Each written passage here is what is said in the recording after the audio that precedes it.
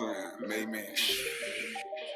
I'm the godfather of the ICO. Godfather of the ICO.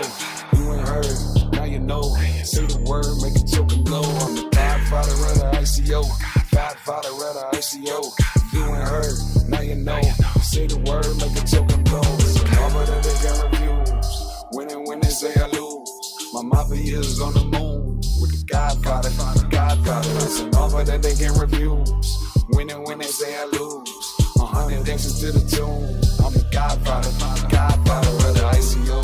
Yeah, I treat my coin just like accordion. I shoot them up just like it's cortisone. You feel the pressure when you're going home. Check your mobile phone. You scared I killed your chance for allocations. I know your syndicate been out and waiting. And yet you know the counterpowers I'm making coming out with payments, cutting down your savings. And I don't give a what it down is hated. I got them out that tried it out and made it. You kiss the ring and kneeling down to pay it. Respect the earn from the amounts I gave them. Respect the earn from putting out the latest. The data knows, shoot the men lie and the women lie, but the numbers don't.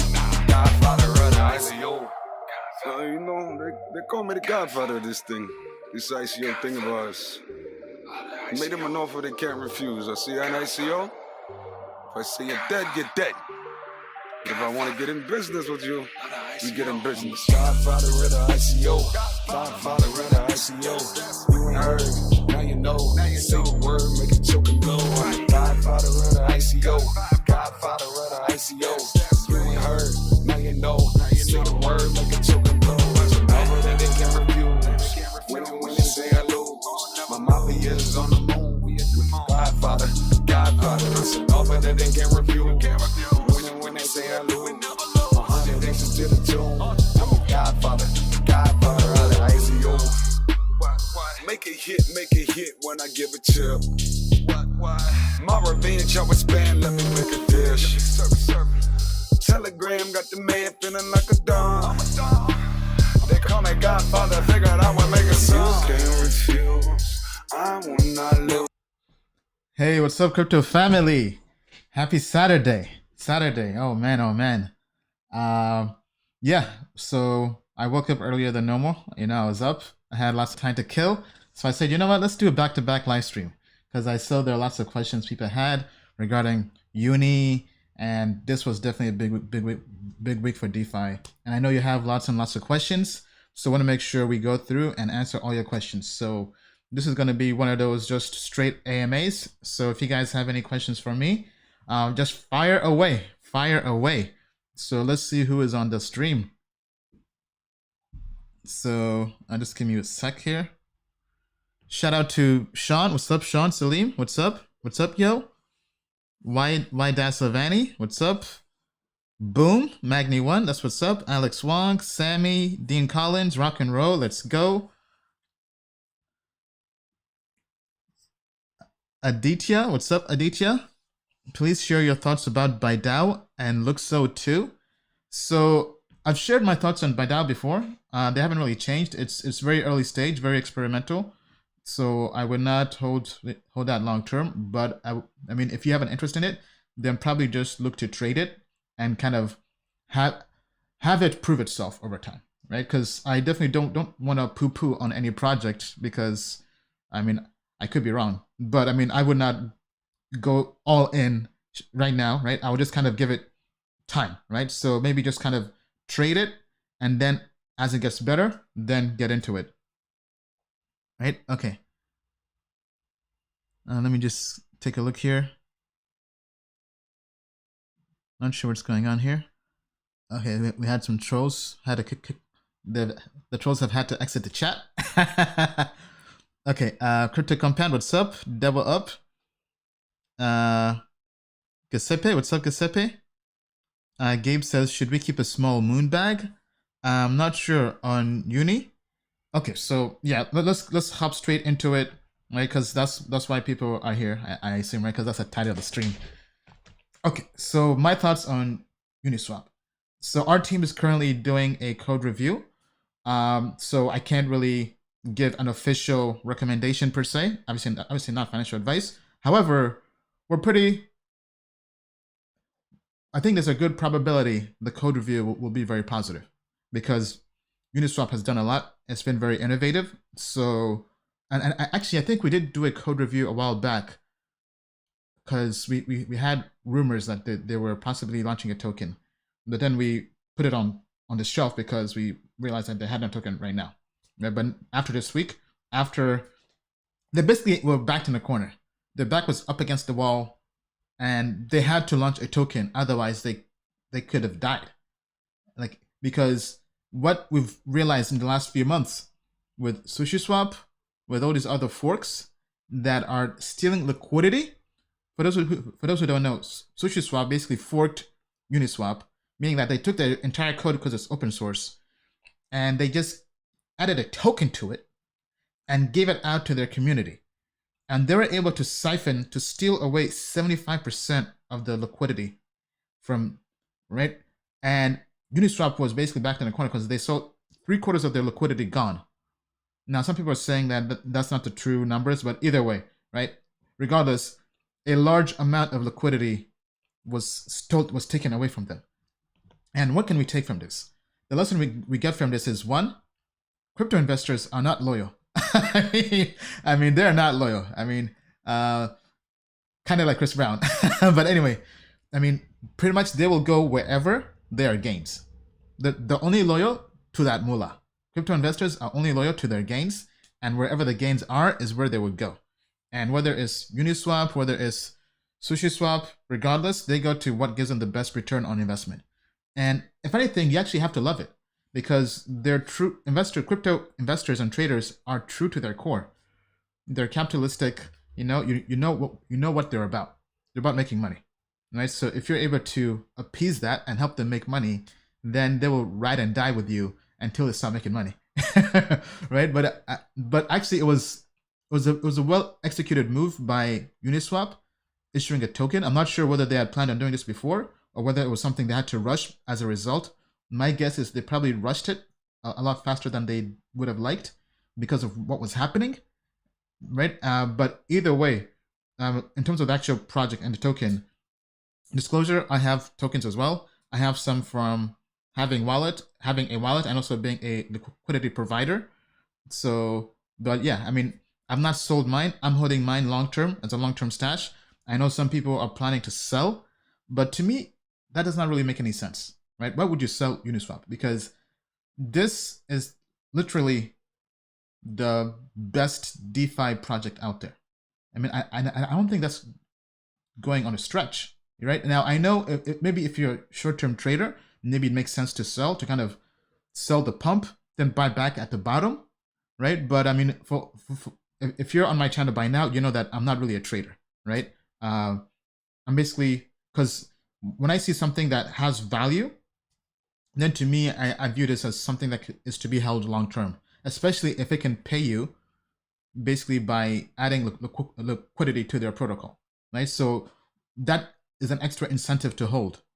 Now, I'd like to pull up this thing I saw here. Somebody had a tweet here that I think really kind of encapsulates everything about this. Let me just pull this up real quick.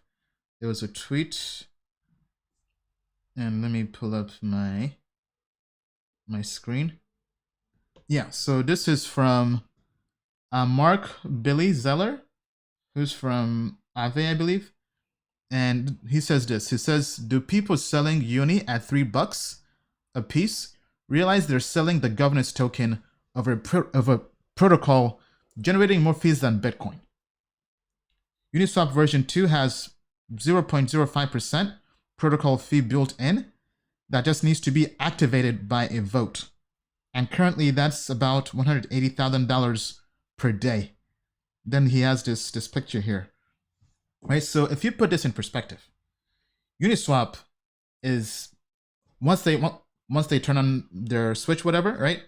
They'll be paying more fees than Bitcoin, according to Mark, right? Now I know they do earn 0.03% in trading fees, I believe, and I think that's paid out to the network. Don't quote me on that, but either way, I mean, this could be top 3 cryptocurrency. Now that's kind of that's like the ultimate moonshot. Now, obviously, not financial advice, right? Don't go out there and FOMO, but to kind of put things in perspective, this is not your average DeFi token. I mean, this token, if it's paying out on the same level as Bitcoin and Ethereum, then you have to keep that in perspective, right? Because don't compare this to Compound, because here, let's pull up CoinMarketCap. So the game I'm playing is, right now, Uniswap is ranked 32 in market cap. Right now, as of September 19th, it has $654 million market cap, and it's at $6.76. Now, the question is, could there be a possible flippening between Uniswap and the biggest cryptocurrency exchange in the world with a token, Binance BNB? Right? So Binance has a market cap of 3.9 billion. Now, obviously, I know there's dilution in the supply for Uni token, but for now, just to keep things simple, assume there's no dilution, right? Uniswap would basically have to do a 6x to get to Binance's market cap. So that means it would have to go from $6.76 to basically $40, right? But just to kind of round things up, can Uniswap go to $50? That's the question. That's the $1 million question. And if we now go to DeFi Pulse and look at how it's performing versus other exchanges, right? So Uniswap dominance right now is almost 20%, right? So we have almost $2 billion locked up in Uniswap, right? And it's up 27% in the last 24 hours. And comparing this to other DEXs, Curve has $1.17 billion. Balancer, yeah, so I mean, SushiSwap is really the biggest competition, and that has about $500 million locked up. So Uniswap has basically 4 times the amount of capital locked up. Now, okay, so Uniswap has $2 billion in terms of assets locked up. I wonder how much Binance has. I'm not sure if there are any recent numbers in terms of how much trading volume they get. Actually, maybe we should have that. Let's go to exchanges. Binance Exchange. Okay, so Binance has $6 billion locked up. Wow, okay, this is interesting. So Binance has $6.3 billion in terms of trading volume, basically, right, on their exchange. And they have a market cap, if we go back here, of about 4 billion. Uniswap has about 2 billion in terms of total value locked up. Let's say trading volume, just to keep things easy, right? And its market cap was only 630 something, 650s, right? So based off of that, I think we could say that it is undervalued at the present,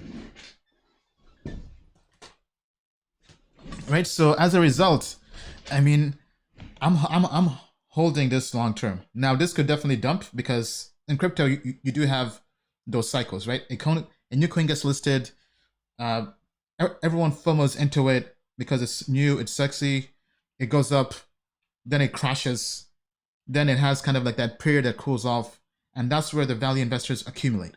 That's when you get in, when the FOMO has died down, when all the moon boys have sold, and there aren't really any more people planning to sell. I think that's where you really accumulate, right? So I may get some more in the future, but right now, don't have any plans at the moment. I'm pretty much just gonna hold the free stash I have long term. Long term meaning that, I mean, I don't really plan to sell for at least a year, ideally. And obviously things could change, right? But I mean, because matters do change. But for now, my target is to hold for a year and longer, right? Because that's where the real money is made, in my opinion, as a value investor. Because think about all the big winners, right? Because this is really like the only time I would think about maybe selling Uni and getting out is if the bull market in crypto is over. But right now, I still think the bull market is still here. Yes, we've had a bad month in September. There's been correction. Altcoins are down 30-40%, but we're still in a bull market, technically, right? This is just a correction, just a pullback. So until that stops, I don't really see why I would sell everything, right? So that's kind of my take. Curious to see what our crypto family has to say. So what's your price target for Uniswap? Do you think it's going to $40 to $50? Do you think it's going to $100? Tell me down in the comments below. Okay, let me check here in the comments. What's up, everybody? What's up, Michael? What's up, Laughing World? Magday1, yeah, smash the like buttons. Coinbase effect. Binance wash trading. Okay, so I have a very interesting take on this. So who else finds it very funny, almost hilarious? All these top crypto exchanges, I won't name any names, but you guys know which ones they are, have been telling us about how they have compliance, they have to go through and review all these projects for listing, blah, blah, blah. But when Uniswap launches, just like that, it gets listed. I mean, I don't know about you, but Uniswap launched in the US around 10 p.m. at night. And within like 4 to 6 hours, basically in the middle of night, it was getting listed on some American exchanges. I mean, so I don't think their compliance team is up at night. Right? So looks like they threw compliance out the window to list this token. Now, it is understandable because this is, as mentioned before, one of the best projects out there, right? So, I mean, obviously its reputation precedes itself. But I still find it hilarious that almost every single crypto exchange, even the Asian ones, every crypto exchange was listing this token almost with no due diligence. Like, right? So either they were in on it, maybe Uniswap spoke with exchanges ahead of time in terms of listing. I mean, that could have been a possibility. So maybe they were already in the know and they just pretty much told them, turn on the switch and list. Maybe that's what happened, right? Maybe it's something we're not privy to. But let's say that's not the case. Let's say they just launched the token and all these exchanges were just FOMOing to list to get all these traders on board. Because now it kind of puts them in a tough predicament, because when other projects want to list, they'll say, but I mean, you listed these other projects just like that with barely any due diligence, right? So why are you telling us this? But I found that pretty interesting, and I think centralized exchanges are shaking in their boots. I mean, because what happened with DeFi in general? Because we're really going through a changing of the guard, because now centralized exchanges, we basically have 3 tiers. We have the top tier, tier 1. So let's say Binance, Coinbase, the Krakens of the world, maybe Bitstamp. Then you have tier 2. Tier 2, I would say probably like the Huobi, the OKX, maybe KuCoin, BitMax. Then you have the tier 3. Tier 3 are those unknown exchanges nobody has really used, right? So the tier 3 exchanges are done for, because the only reason people were going to those exchanges was because tier 1 and tier 2 would not list their tokens. But if tokens now, speaking of ERC20 tokens, Ethereum-based tokens, if they can just automatically list on a DEX, Uniswap, SushiSwap, with liquidity, and the community can earn rewards for providing liquidity as an incentive, and we have yield farming, they don't need these centralized exchanges anymore. The tier 3, like RIP, rest in peace. You know, it's definitely going to be.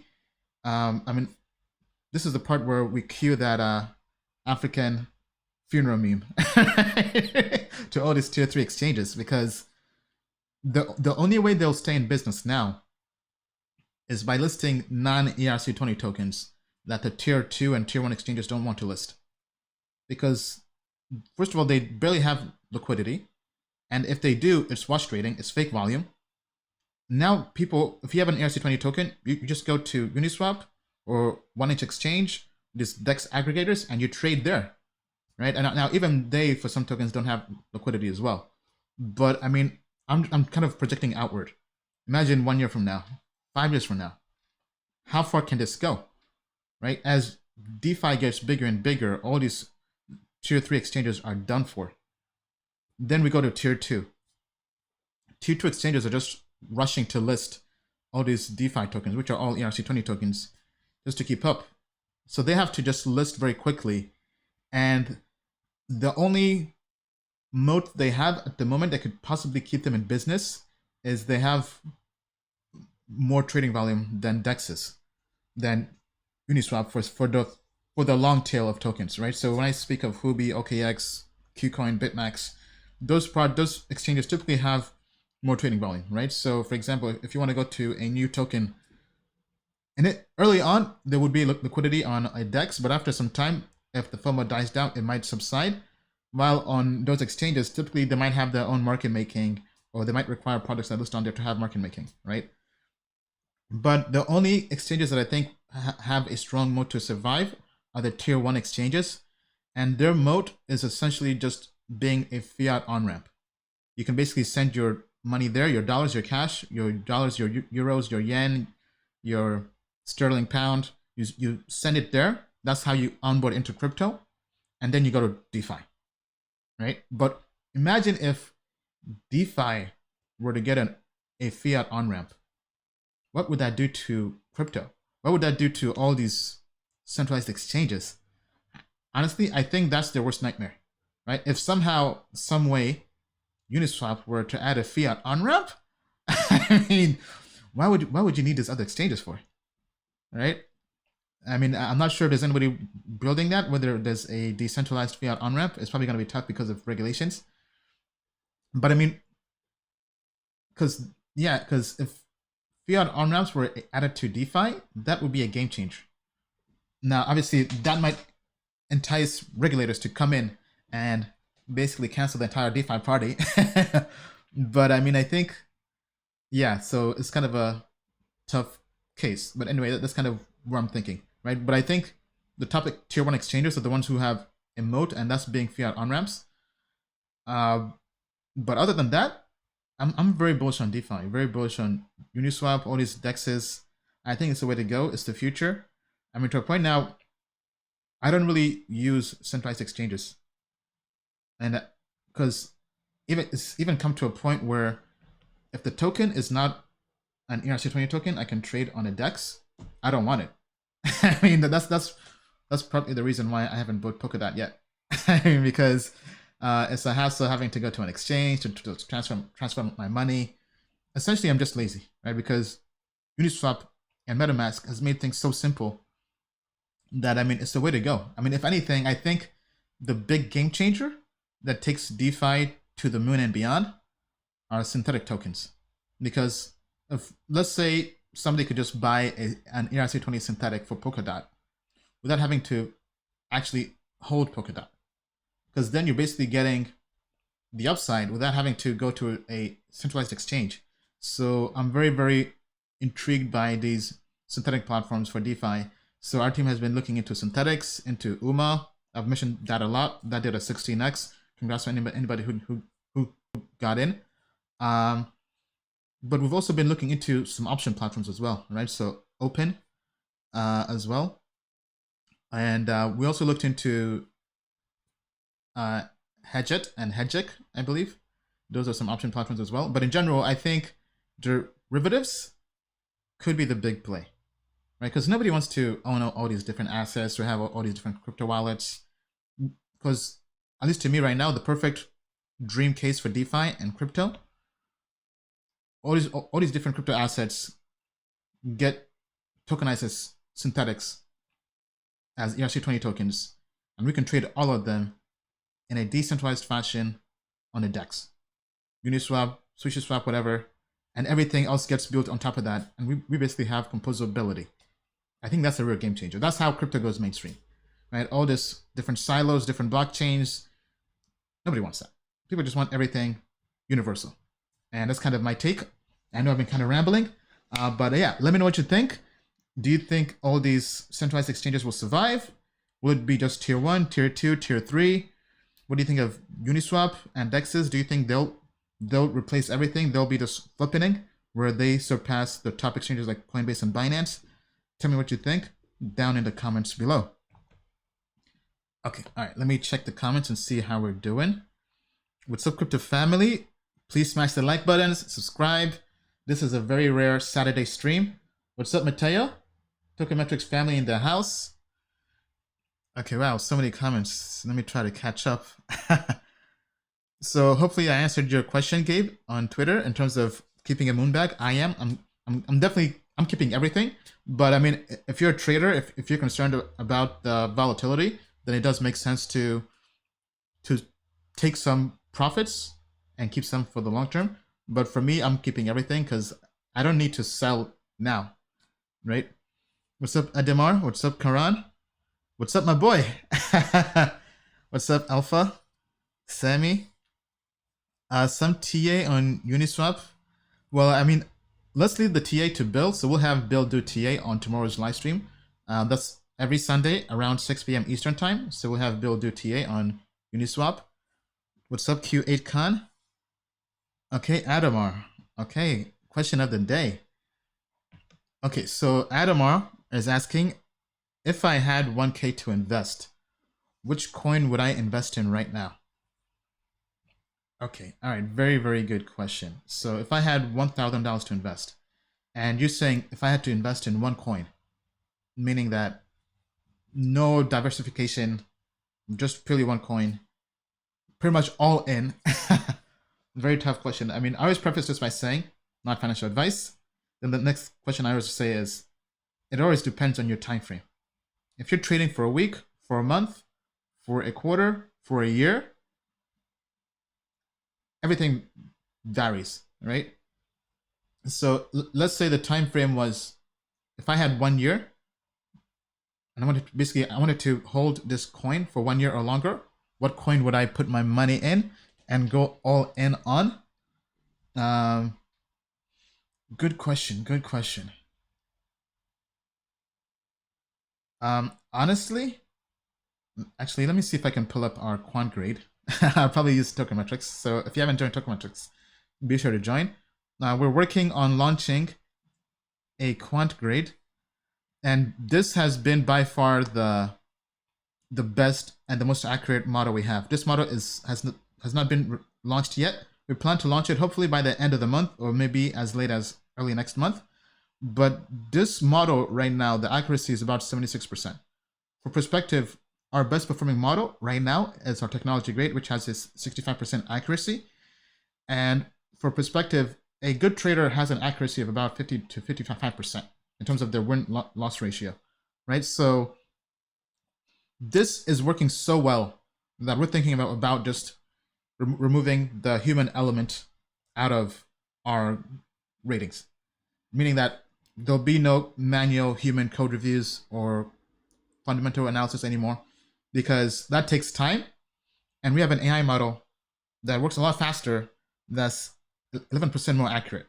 So I think this is actually very monumental for us, because similar to how IBM Watson beat Gary Kasparov at chess, that was very transformational for AI, because that was the first time a computer was able to beat a human at something, right, at a task. And then fast forward to Google DeepMind. We had Google's deep learning, machine learning algorithms, or AI or computer, beat the world's best Go player at Go. Why is this big? Because Go is a very complex game. Go is a game that you can't just brute force calculate with a computer all the possible options and just pick the best one.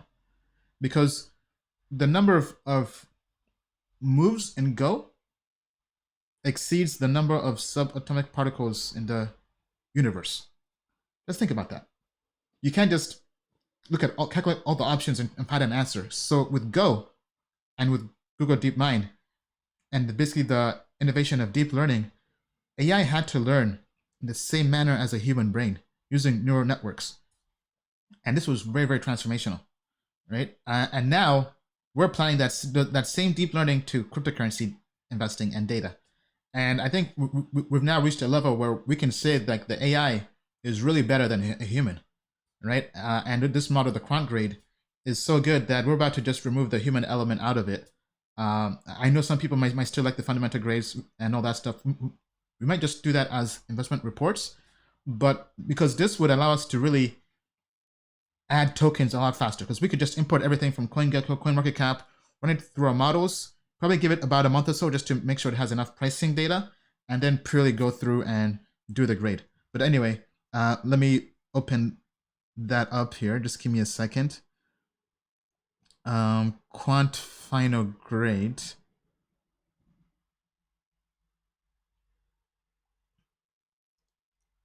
Okay, yeah. So based on the quant final grade, the top coin it would pick is not really a surprise.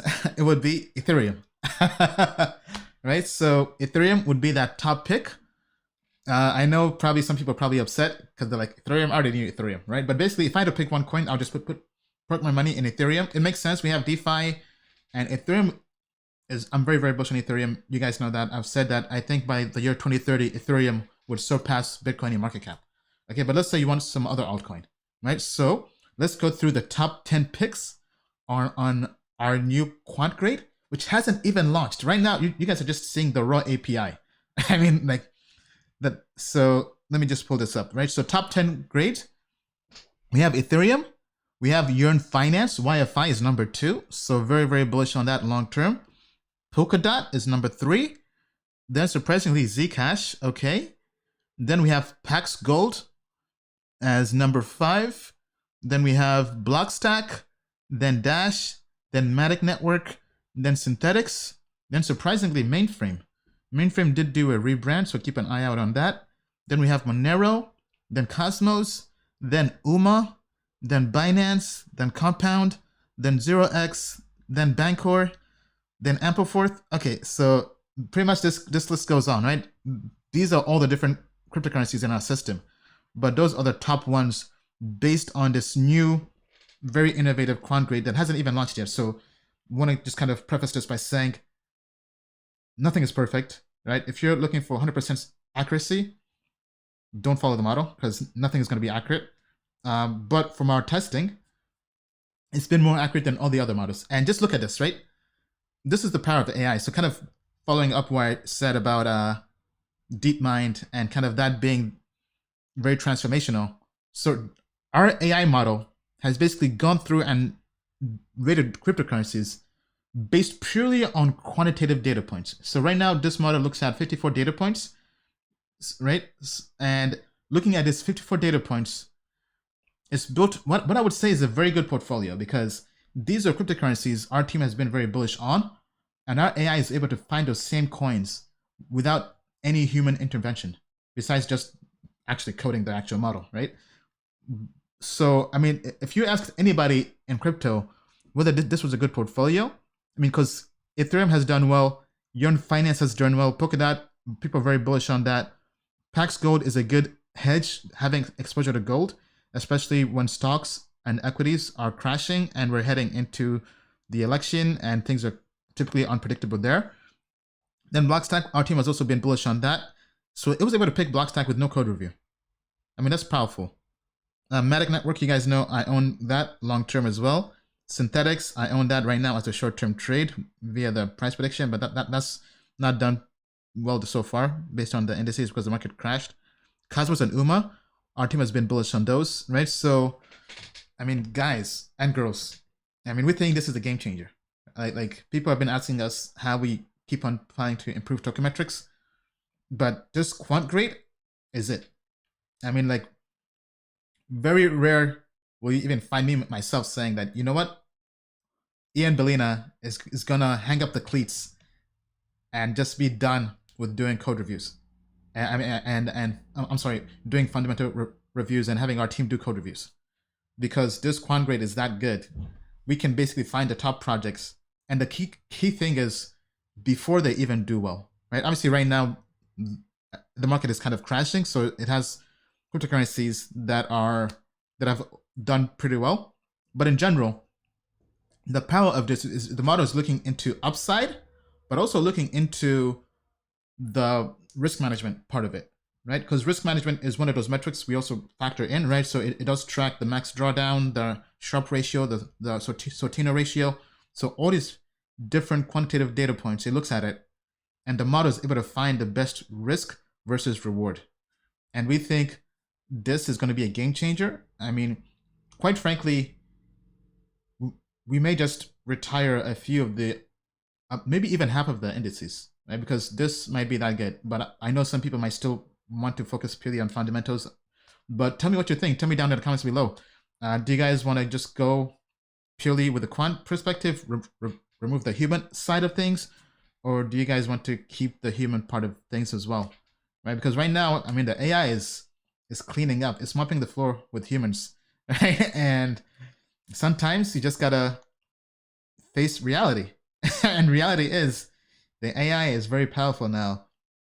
And, you know, AI has surpassed human capabilities because the AI can look at a lot more data points a lot more quickly, right? Because people have been telling us that, yeah, it does take us a while to add projects because projects they're still saying still scoring. And we think that's how we solve that. Because now we can just automatically import any data we get, right? CoinMarketCap, CoinGecko, whatever, we import all that data.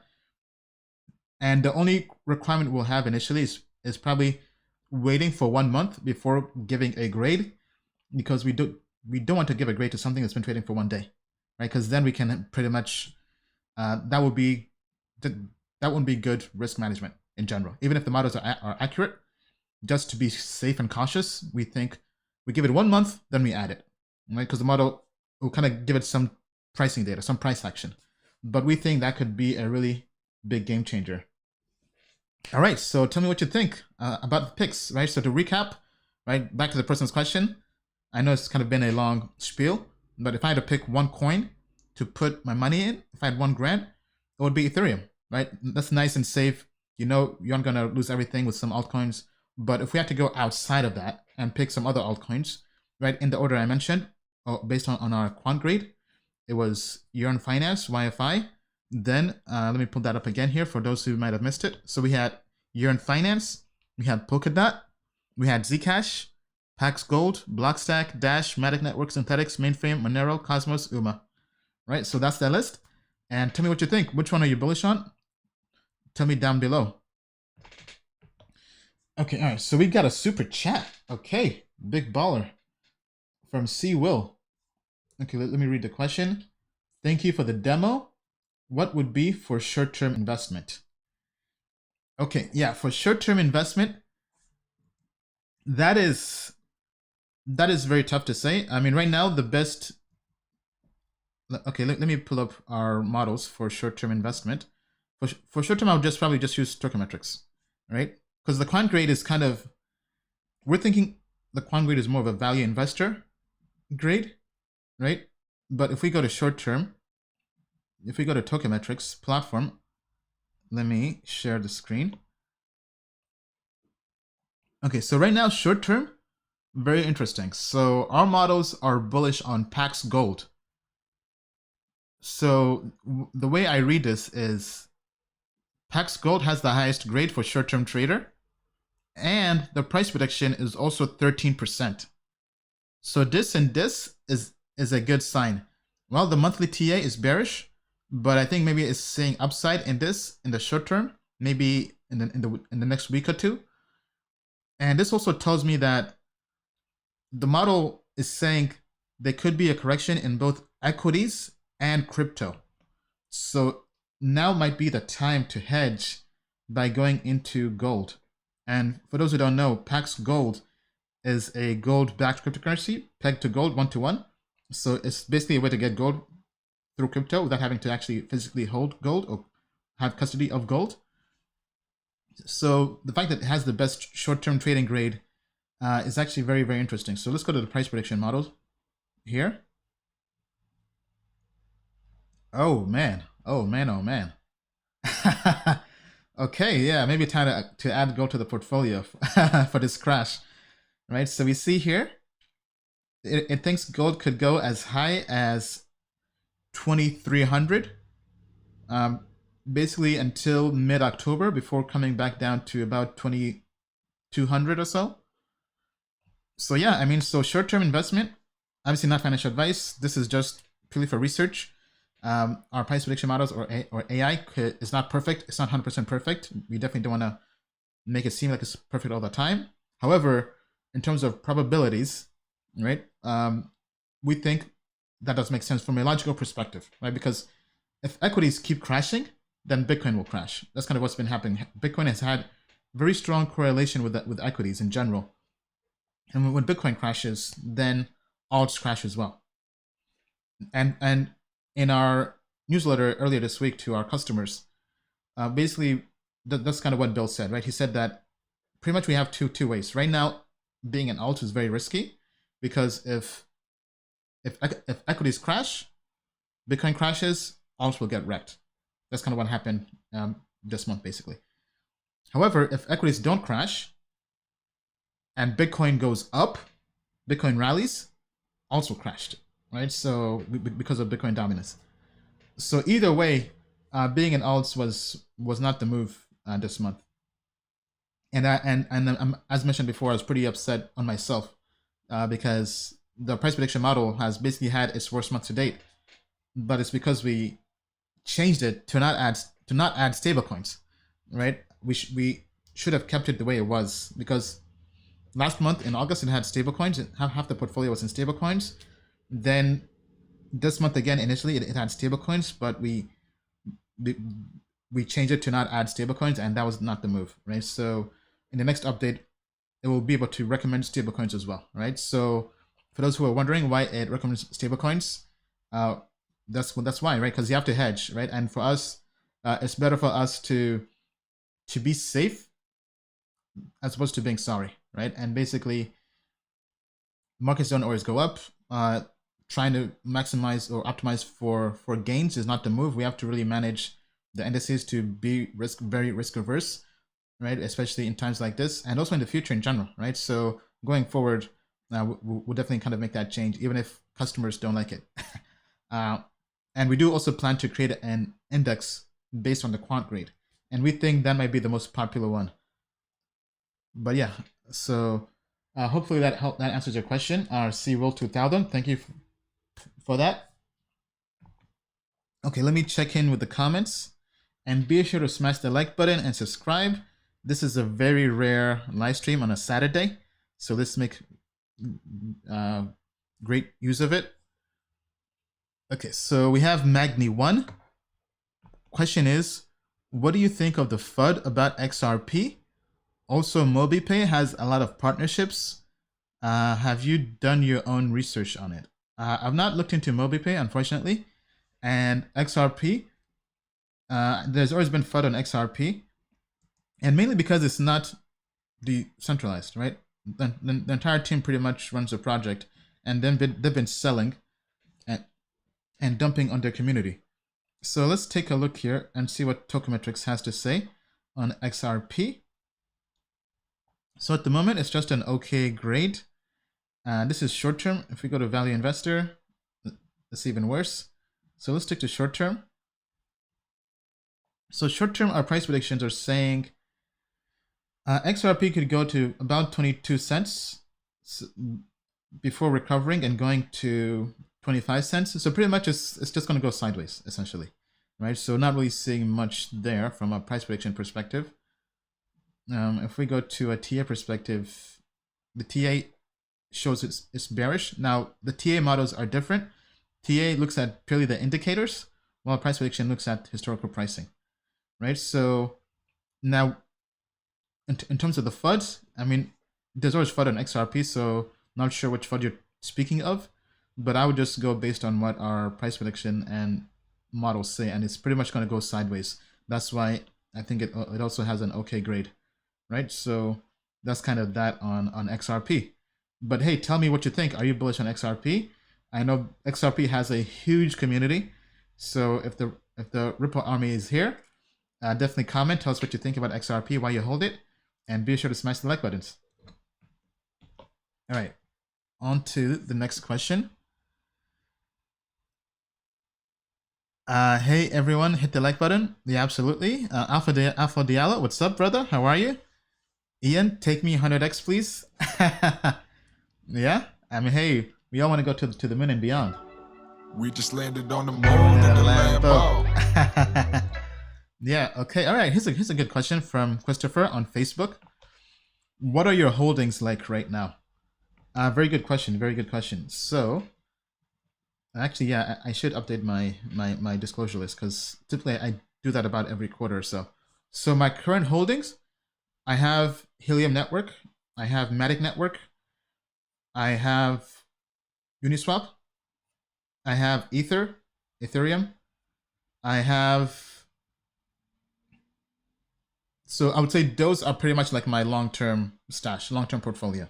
Then short-term, I have reserve rights, I have synthetic network.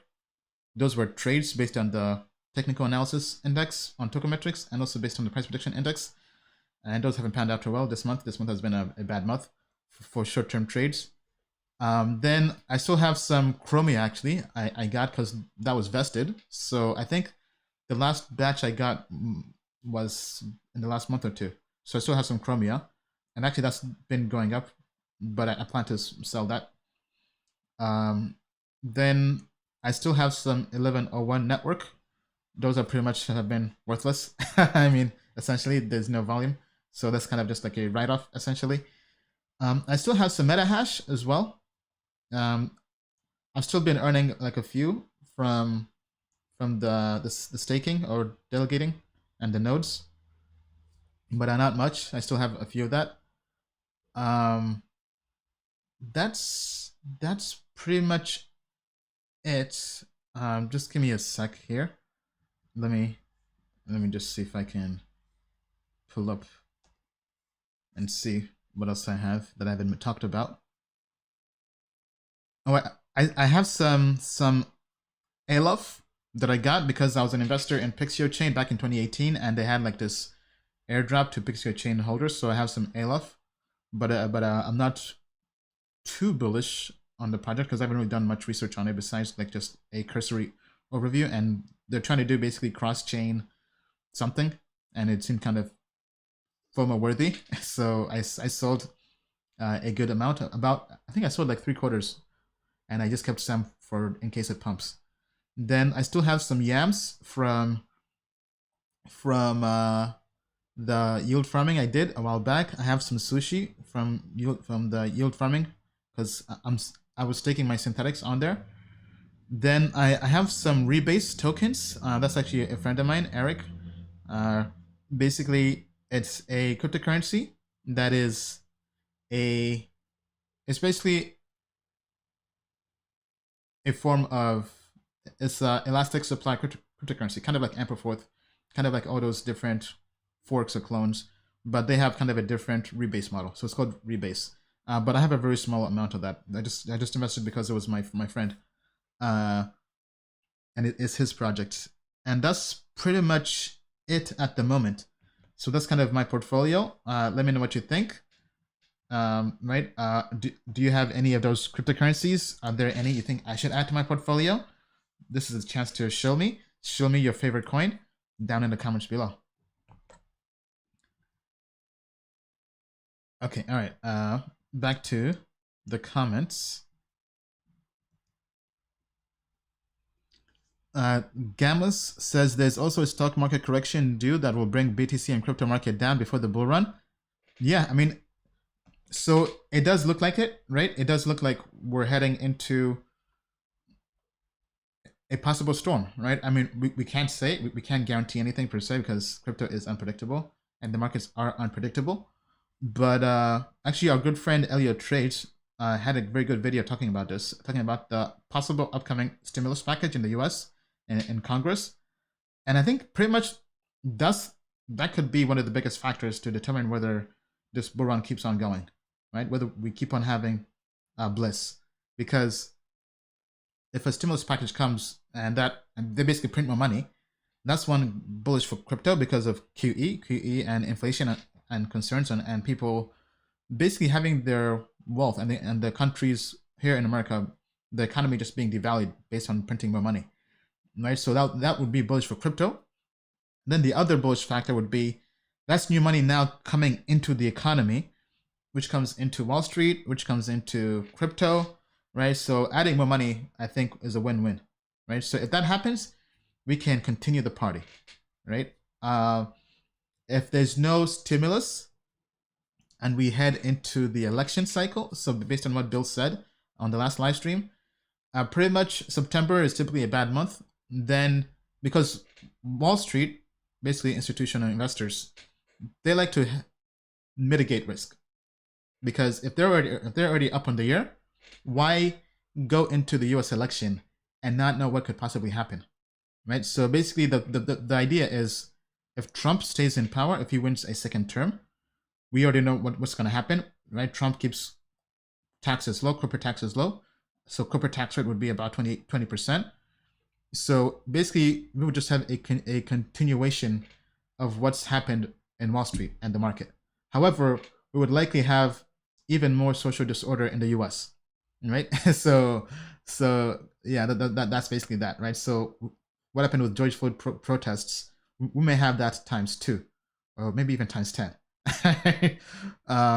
Now, if Joe Biden wins, what would happen is, that's not typically good for Wall Street or institutions, because based on what he said during his campaigns, he wants to change the corporate tax rate from 20% to as high as 37, maybe 40%. So basically, he wants to double the tax rate. And when you double the tax rate for companies, especially those that have to have profits and answer to investors, their profits go down, right? How much money they keep go down, right? Because they're paying twice as much in taxes if Joe Biden were to get elected, right? So that's kind of why Wall Street has kind of been hedging, right? Because if you've made gains, why pay twice as much in taxes, right? But anyway, but from my research as well, historically what happens, I believe, is when Republicans win, short term, the market goes up because they're typically conservative when it comes to fiscal policy and just Wall Street in general and low taxes. While long term, it might kind of tail off. But historically speaking, when Democrats win the presidency in the U.S., short term, the market, Wall Street, goes down, but after a while, it corrects and goes up, right? Because regardless of who's in power, though, long term speaking, the stock market goes up, right? That's why stocks are a better investment long term than typically other asset classes, right? So long term, I think all of us would all be bullish on just stocks and even crypto as well. But yeah, so it's pretty tough, because if we put the making money aspect aside and just look at what would be better for crypto in general, right? Because from speaking to our securities attorney, he thinks that pretty much the SEC and mainly Jay Clayton, right, who's who would likely not be in power anymore, right? So basically, there would be new infusion of new people into the SEC, and we could have a new chairman. Most likely, we will have a new chairman, right? Because he actually was supposed to go because he was he was appointed to a new post, but I think that in Congress they've been having some issues with that. But in general, the premise is he has done a lot that has not been good for crypto, right? He's basically forced entrepreneurs to leave America to innovate, right? And Hester Pierce has come out being very pro crypto. So with the recent judgment the SEC issued for Unicorn, which was an ICO from 2017 that was backed by Mark Cuban, they basically had to pay a $6 million fine to the SEC and essentially shut down their operations. And Hester Pierce, who's one of the, basically she's called Crypto Mom. She's an SEC chairwoman. She came out and issued actually here. Let me see if I can get her statement, right? Because this is big. Let me see. Hester Pierce, Unicorn.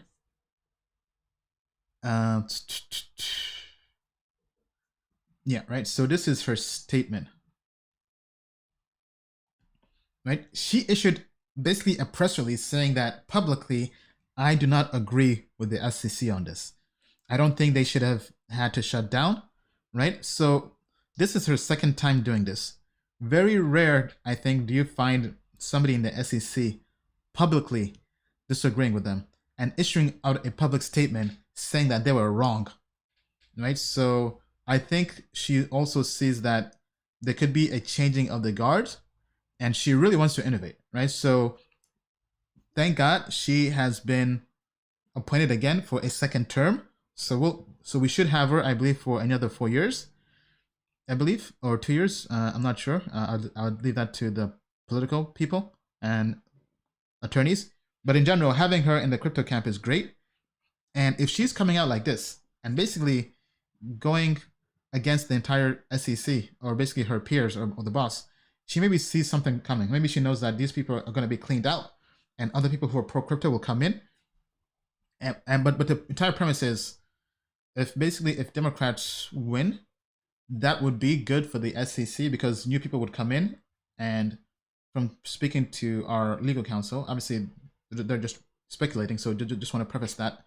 But they believe that the top Democrat security attorneys in the country they have a more positive stance on crypto, right, than the people Trump had in power, basically, right? Besides Hester Pierce. So if that happens, that would be positive for crypto from an SEC standpoint, crypto in the US, right? But in terms of crypto pricing, that's different. But anyway, that's kind of my take on that. Let me know what you think down in the comments below. Oh man, I didn't even have breakfast, guys. Or lunch, right? Okay, all right. Let's continue here. They want this governance coin, UNI. Okay. Okay, short term, let's say 50 for UNI, but regulation will end this type of exchanges. Okay, yeah, good question. Will regulation end Uniswap and DEXs? I mean, at the moment, that's a possibility, right? But kind of as mentioned earlier, November, I would say from Q4 to Q1 will be very, very big for crypto because there will be lots of change regardless of what happens, right? Regardless of who wins the American election. And the reason why I focus so much on the American election is because it's kind of like Bitcoin. Bitcoin is the reserve currency in crypto, right? You have like Bitcoin dominance. And America is the largest economy. And pretty much what like America does, what the SEC does, other jurisdictions tend to follow, right? Because typically it's had a very strict bar, right? So, and lots of the world's economy and money is here. Now, going back to the SEC is going to have lots of changes after the election, after November, right? And typically, so what happens is a president, Trump or Biden, will win in November. Then there'll be a transition period. So they'll be sworn in January. Then they'll appoint their new staff, their new cabinets for each department, right? So they'll be appointing new people for the SEC.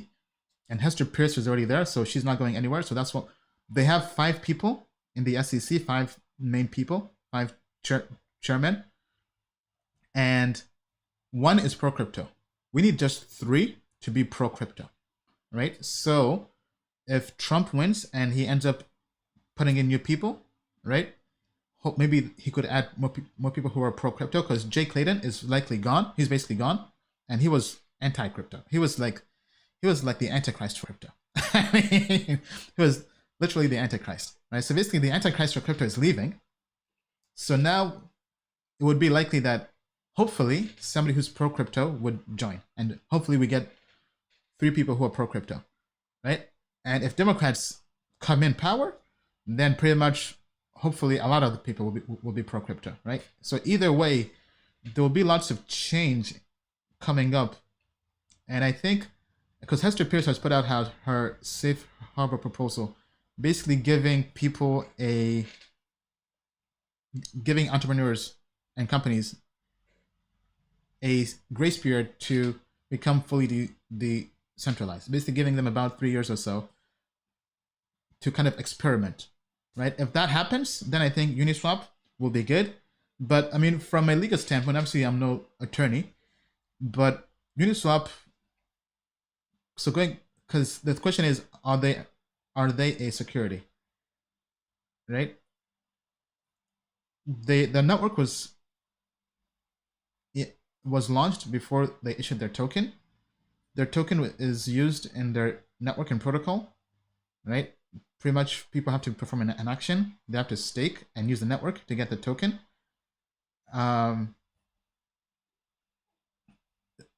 Yeah, so I mean, I guess the question is Uniswap decentralized? At the moment, I don't think they're fully decentralized, but they are launching governance, and I think they're working towards becoming decentralized.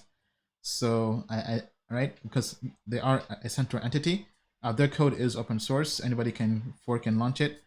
But other than that, it's tough. I mean, because then you have other jurisdictions, other agencies like the CFTC, the Commodities and Futures Trade Commission, and all that. But anyway, kind of coming back up to breathe for water. At a high level, it's tough to tell, right? Right now, we're venturing into unknown territory. I think it's kind of really a time where you just execute and you ask for forgiveness later. Okay. And I think they're well capitalized, having VCs backing them. And then they also, I think they have a good legal team around them. And I think they've kind of followed a playbook. And I think the fact that Coinbase, which has a pretty good compliance team, jokes aside of them adding them basically less than 1 day after launching, but jokes aside, Coinbase has been pretty strict to add tokens, and I think if their compliance team thinks they're not a security, it's probably a pretty safe bet. But obviously, nothing is guaranteed. Anything could happen. I think we might down the road see judgment from the SEC. Typically, they like to enforce through judgment, right? They don't like to tell you what their rules are. They like to just kind of issue judgments and have you decipher what the rules are based on what they've penalized, right? But it's tough to tell, right? So sorry to kind of hedge, but yeah, I mean, it's the law, right? It's definitely unventured territory, and anything is possible. But I think long term, I would still be bullish on them, right, as a DEX. But I think we'll have hopefully better clarity in terms of how that could be regulated. Okay, all right. Yeah, please smash the like buttons. Thank you, crypto family. It's a Saturday noon now. We went from morning to noon, like clockwork. Here just answering your questions. We're going to YouTube, to Twitter, to Facebook, everywhere, crypto family. Okay, so then Sean says, is it DeFi if there's a fiat on-ramp? Yeah, I mean, that's the question. Is it DeFi if there's a fiat on-ramp? Probably not, because yeah, fiat is regulated. But I mean, maybe somebody could figure out a workaround. Who knows? Okay, Gamma says MetaMask is available for mobile with fiat on-ramp. Okay, interesting. I'll have to check that out. I haven't used MetaMask on mobile yet. That's the key. Fiat on-ramp exchange linked to traditional banks. Kraken is already doing this. Yeah, so Kraken basically becoming the first crypto bank, I believe. Right, that's big news. Let me pull up the news here. Kraken Bank. So yeah, so so for those who maybe didn't hear about this, Kraken, which is one of the, I would say, tier 1 crypto exchanges, they have won approval to become a bank in Wyoming, right? Which is big for crypto, because now they could possibly, possibly be the on-ramp, right? Imagine if they plugged this into DeFi, right? So definitely go look into this if you haven't yet already. Now, what does that mean? Obviously, I'm no banking expert, right? And I haven't read all the actual application per se for the bank charter. But my understanding is they'll create a separate entity for Kraken that will be the bank, and initially they'll have traditional banking services. Then eventually they'll kind of merge and onboard people into crypto, and they'll kind of unify, and that'll be good, because right now it's been tough for crypto companies to have banking, right? I know lots of founders who find it tough to open a bank, because when they see that you deal in crypto, they don't want anything to do with you, right? So if Kraken can become a crypto bank and basically service all these different blockchain companies, that is huge, right? And then the other thing is Wyoming has special laws that they passed recently that basically says that even if the bank were to go bankrupt and shut down, they could not own your cryptocurrency. So if you give them your Bitcoin, you would still have ownership of that Bitcoin. Even if they were to go bankrupt, they would have to give you back your Bitcoin. They could not just take that, right? Because that was the issue facing banking regulation for crypto before,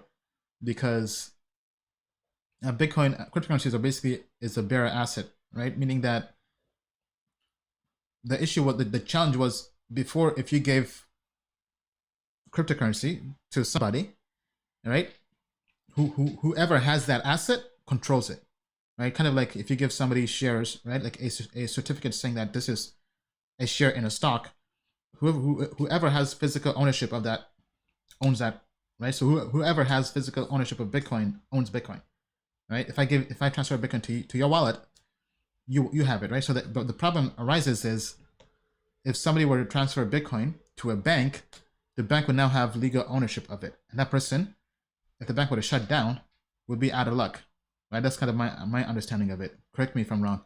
But now in Wyoming, the passed a law saying even if I transfer Bitcoin to you and you custody that Bitcoin, and you were to go bankrupt, I still legally own it.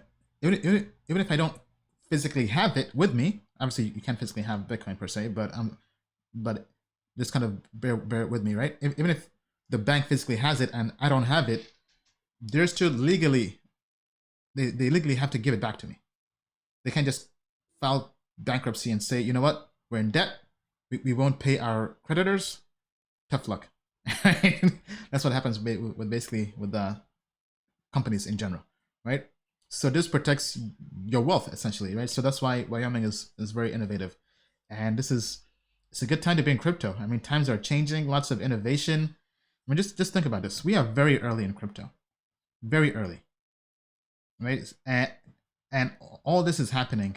So I mean, to the moon and beyond. I mean, to the moon and beyond. All right. Back to the comments here. What do you think about FIO? I've not looked into that yet, unfortunately. Okay. Let me see here.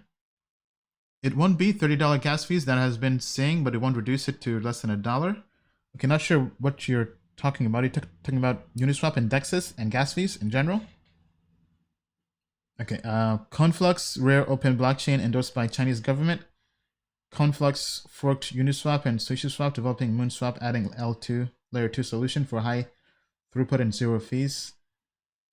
Okay, yeah, I mean, scaling is the big challenge right now for DeFi, right? If we can solve scaling, I mean, this is what's going to take DeFi to the next level, right? Because right now, like even our team has currently been prototyping and researching, building smart contract. I'll just keep it at that, right? They've been testing out smart contract development, right? For research purposes for Token Metrics, right? And the fees are incredible. I mean, even for anybody out there who's used DeFi, right? If you're going to make any yield farming, for example, right? People are paying over $100, some even over $1,000 in fees, right? Which is incredible. And that is a hindrance to scaling, but we're still bullish long-term on Ethereum 2.0. I know it takes a while to come. That's kind of the running meme. But if Ethereum 2.0 does what it intends to do, it's going to destroy 90% of blockchains out there. Like RIP, rest in peace, thank you very much, right? That's the end. It's over, right? Like, get out, go to ETH, basically. Not financial advice, right? But if ETH 2.0 launches, at this point, it looks like probably next year, right? They always keep on pushing, right?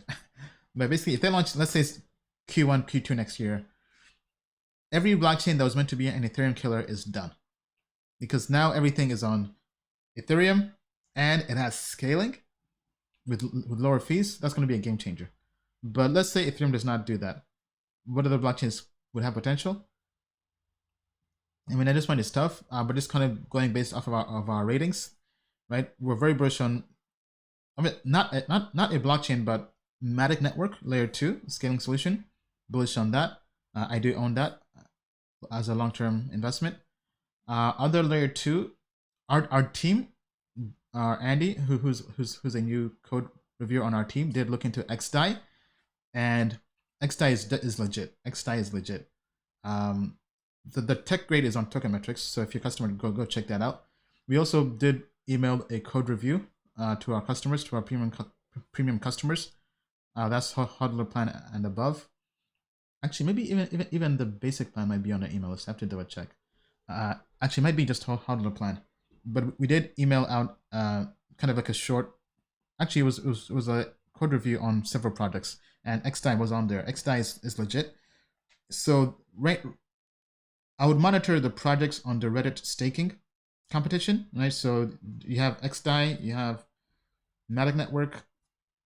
I think you have even Starkware, right? Which is scaling. So our team is also looking into it because the stuff we're trying to do ourselves internally for research purposes, we have to figure out ways to scale because the transaction fees on Ethereum are just impossible to a point where we can't do what we want to do because of the fees, right? So we basically have to figure out how to solve this, right? And the entire crypto community has to figure out how to solve this as well. But outside of that, other blockchains. So our team has been bullish on Blockstack as a blockchain. That's one. That might be it. Let me take a look. Polkadot. Oh yeah, I forgot. Polkadot. Yeah, Polkadot is definitely one, right? Keep an eye out on that. And the other blockchain would be Cosmos. But we're bullish on Ethereum the most, I would say. Right? So hopefully I answered your question. I already forgot what your question was.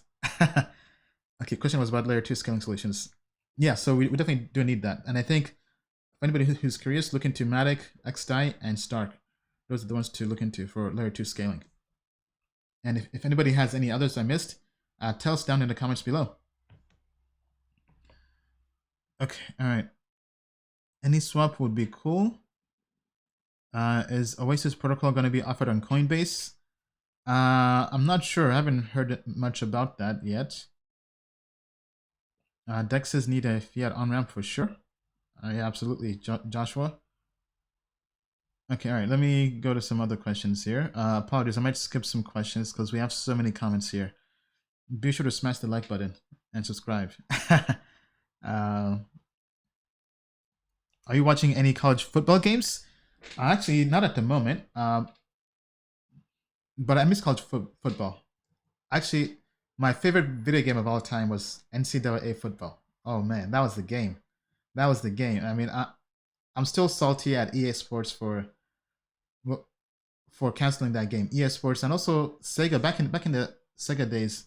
Actually, not Sega, but 2K Sports. Like that was the game, man. I played that game more than Madden, right? Because I like being able to take an underdog team. Because I would always play in Dynasty mode, right? Because it was like 25 years. And this was back on Xbox. This was like back when I was in high school, right? So I would be a coach, begin at the bottom. I'd go from the bottom to the top.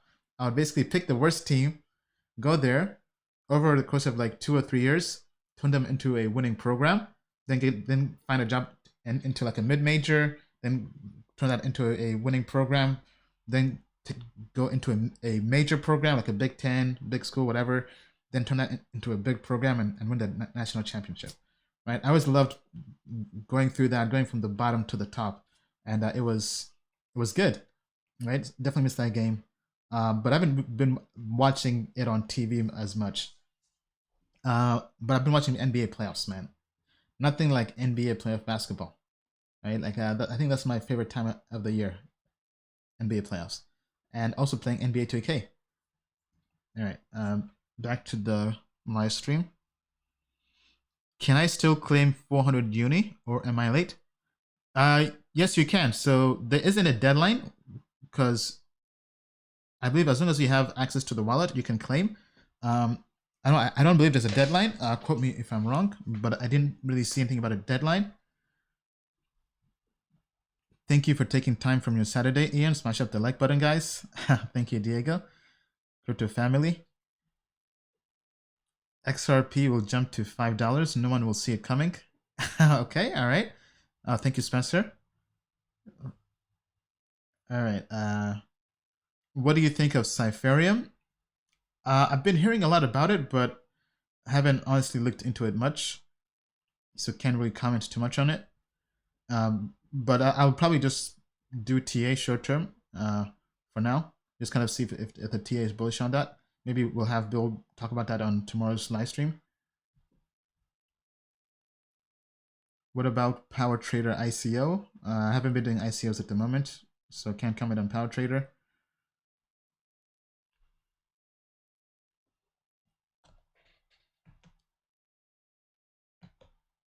Okay, from Andy, thanks for making me remember. I am trying to focus on long moonshots on this free boon. I'm not sure I understand that. The Teens Quick Flip. This could be a game changer hold, and you've helped me remember my goals. Okay, that's great. Not sure which cryptocurrency you're talking about, but yeah, in general, you want to be a long-term investor. Yes, trading is good, and I think you have to. It's better to do both, right? But know what you're doing, right? So maybe have part of your portfolio that you allocate to long-term value investing that you don't touch for the next 1 year or so, and then you have a portion of your portfolio for trading, right? And also for the pump and dumps, basically, right? But put a very small percentage in that, right? Where people end up not doing well is they blur the line between the two. They turn a value investing portfolio into a trading portfolio, and they turn a trading portfolio into a long-term hodl portfolio. I mean, so long-term hodl for trading could work, but you have to know what you're doing, right? If you've been trading a coin for a while, whether day trading, swing trading, and it's been making money, and maybe you then do some research into it, and you like the fundamentals and technology, and you've made profit on it, maybe you sell the trade and you take the profits and you put that in your long-term stash and you go on to the next trade, right? So that could work, right? But if you're taking an L and you keep on holding that L, that bag, for a long time, and you haven't done any fundamental analysis on it or in-depth research on it, and you're just holding because you're waiting for it to become profitable, that's not the way to make money, unfortunately. And then when it comes to value investing, you have to know what you're holding. You have to also believe in it and believe that it's better than anything out there, and you believe there'll be upside long term, right? So that's kind of the perspective. So for me, I am kind of doing both, right? I have my long-term holds, as mentioned, Helium, Matic, Uniswap, right? Then I have a few coins I'm trading based on our indices, right? Like the synthetic reserve rights, some yield farming, right? So I may take something I'm trading and stake it over the course of a few weeks to a month, because I can earn extra yield on that, right? Then same thing with my value investor portfolio. Like I'm staking Matic right now. Helium, I'm mining it. Uniswap, I was looking into adding. I've been part of liquidity pools before, but for the token specifically, I was looking into it, and I'm likely going to do that as well. Right, so that's kind of my take. But definitely do share with us what you guys are doing in terms of value investing, even short-term trading, how you allocate your portfolio. Tell us down below. Oh man, what's up, everybody? Let me see. Please don't take the L. Never taking no L's if the Lord. Don't take those L's, crypto family. Don't take those L's. All right, let's see how we're doing here. Uni to $10 before Monday. I mean, that's possible. That's possible. All right, let's see here. Qtum is launching something similar to Uniswap. Yeah, but I mean, I haven't heard anybody talk about Qtum forever, right? So to me, like launching a Me Too product is not really the game changer. So yeah, right. What do I mean by that? To innovate, you can't just launch a Me Too product. That's not real innovation. Because being a copycat, yes, you could have some success, but the real innovation is going from 0 to 1. Right? One of my favorite books is by Peter Thiel, From 0 to 1. I think this is mandatory reading for any entrepreneur and anybody in general, even investors, right? If you want to invest in something, you want to invest in something that's going from 0 to 1. What does that mean? It's binary. Like, is this 10 times better than anything else before? If yes, 1. Right? If no, 0. It's just a Me Too product. Right? And the premise is you don't want to just do something that's just marginally better. You want to do something that's life-changing, that's transformational. Like blockchain. Blockchain is 0 to 1. Being able to decentralize finance and have two people who don't know each other come together and have a financial transaction and trust each other. Right? That was 0 to 1. Right? The internet was 0 to 1. Uber was 0 to 1 in a way. Right? Airbnb was 0 to 1. The iPhone was 0 to 1. Right? So you want to find things like this, right? Yes, there's also some money to be made in coming afterwards, right? But most of the gains go to the first mover advantage, and then typically you would have a number 2 and a number 3, right? And then everything else is pretty much like barely, it barely even touches the scale, right? And when it comes to DeFi, right, like the 0 to 1 was Uniswap. Right now, you have all these other protocols, copycats, from Sushi Swap to Burger Swap to Uniswap and all that stuff. Right? They can't just copy or fork Uniswap's code, make a few changes, and think they're innovating. Right? That might work in the short term, but in the long term, it's not going to work. They're going to have to really innovate and come up with something that's 10 times much better. Right, as we saw recently, right? These forks, they forked Uniswap, made a few changes. They had a field day for like a week or so, maybe 2 weeks, right? They were on cloud 9, on top of the world, but you know it's not 0 to 1 when Uniswap says, you know what? Checkmate. We've launched our own token. What now? Right? And now they're back to the drawing board because now they're like, oh snap. Right? Now we actually have to innovate, right? But the thing is, it's not their code, right? So the level of thinking they have to go through to just be on the same level as the team at Uniswap is not there yet, because they're writing the coattails of the company that went from 0 to 1.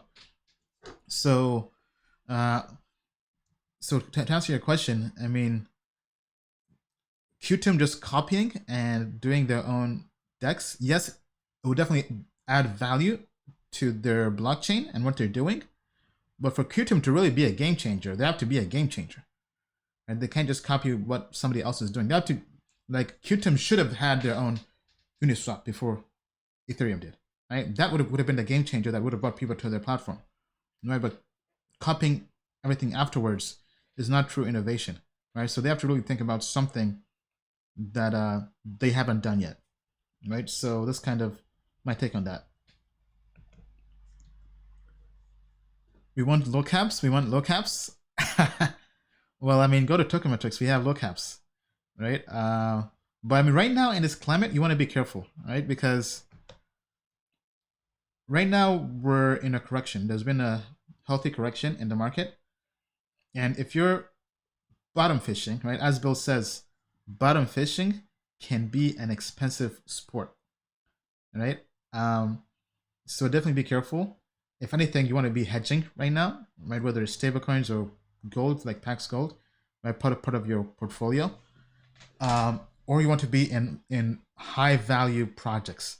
You don't want to get caught with your pants down when the tide comes in, holding a pump and dump coin that nobody believed in.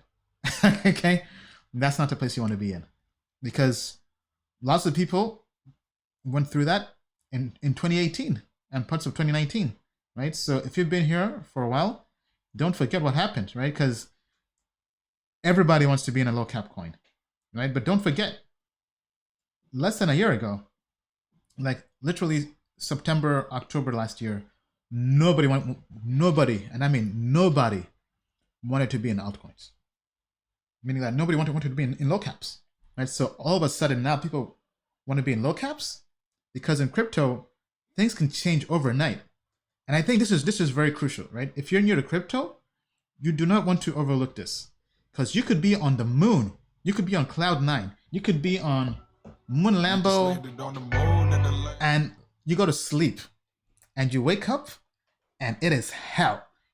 Right? I mean, because if we go to the pandemic, Black Thursday, literally, I went to sleep, and I sleep pretty late, right? I typically sleep like between 4 to 6 a.m. Okay, so I went to sleep, and everything was nice, everything was kosher. I wake up. This was on a weekend. Actually, no, it was a Thursday, right? So I probably went to sleep around 4 a.m. I woke up like at around 9, 10 a.m., I believe. So in a span of 6 hours, I believe, right? Yeah. Let's say, to be safe, let's say basically 6 to 8 hours, right? Basically about a quarter to a third of a day. Literally went to sleep, woke up, the entire crypto market had crashed 40%. Let's think about that. The entire crypto market, in my sleep, crashed 30 to 40%. Right? So anything can happen in crypto.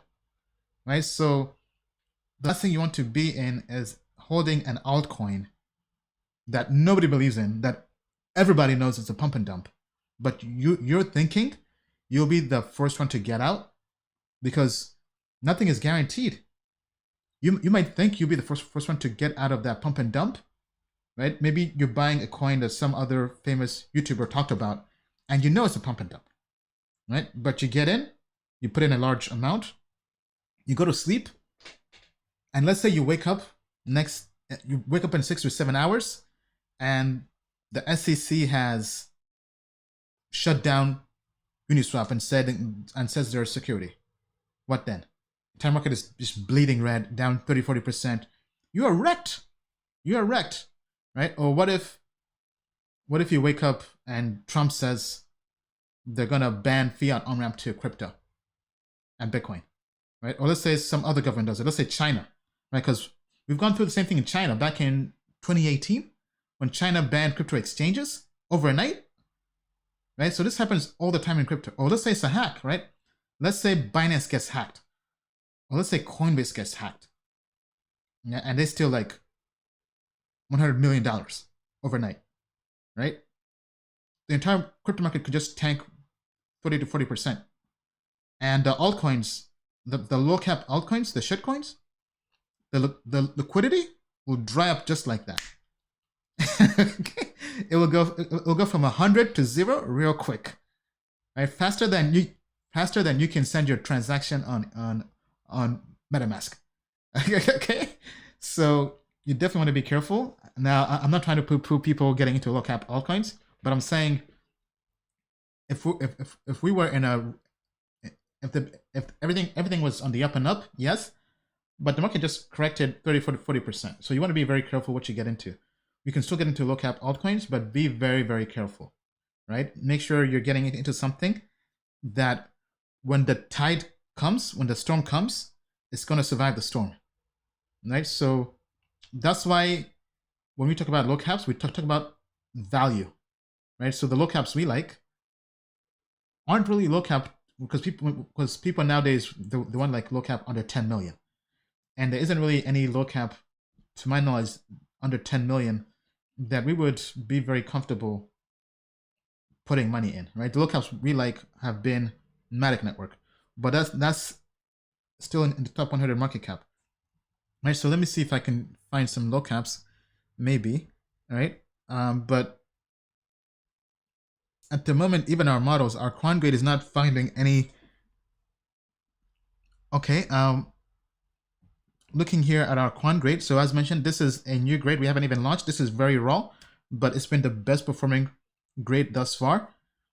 So the low caps I'm seeing helium here, but that one you guys already know by now. So going back here to the top, right? We have Ethereum, Yearn, Polkadot, Matic Network, Mainframe. So what is Mainframe's market cap? Let me take a look. All right. 18 million. Okay, so that's kind of a low cap, right? It's ranked 363, right? So that's kind of a low cap coin if you're looking for one, but it's definitely not sub 10 million market cap. Okay, Ocean Protocol is one that comes to mind. Let's take a look. Ocean. Okay, that's not low cap. that's ranked 80. Zcoin, yeah. So Helium, that one you guys know. Chromia. Let me see. Chromia. Okay, 385, 17 million.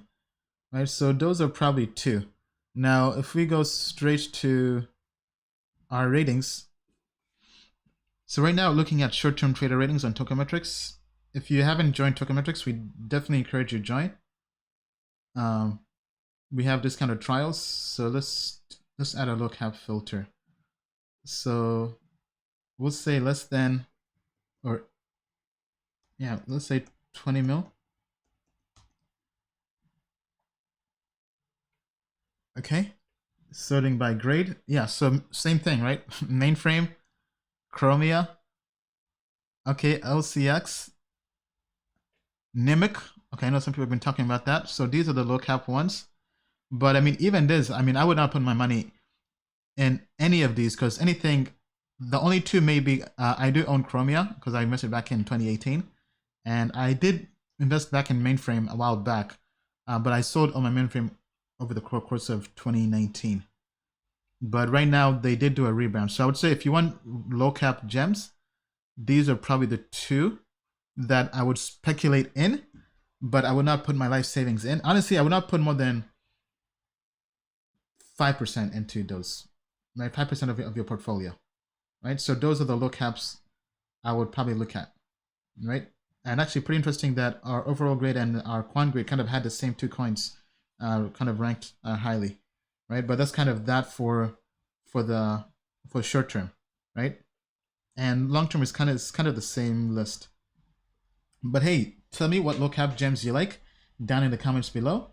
Okay, I see people are talking about Solo Network is very low cap. Okay, haven't okay, can't really comment much on that. Harmony 1 is low cap. Yeah, we have Harmony in our system, but Harmony has been pretty much an utter disappointment. Let's take a look at Harmony real quick. Yeah, Harmony. Okay, yeah, it's under 40 million market cap. But right now, I would not put money in it short term as a trade. And even as value investor, let me see if Harmony is on this list.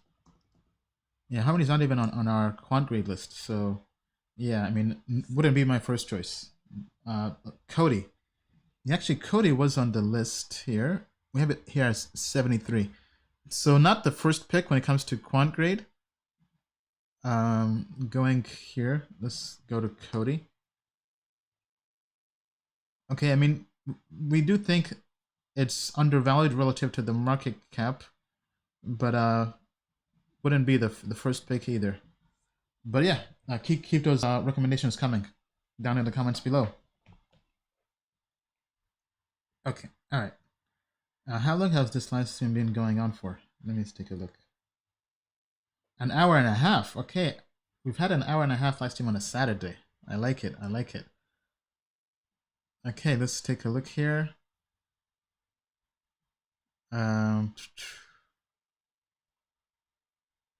What is a typical Uniswap hold time you suggest to your viewers? I can't tell you guys what to do. I can only tell you what I'm doing, and I'm holding for the long term. Okay, what do I think about the Circle CEO tweeting about Matic and USDC?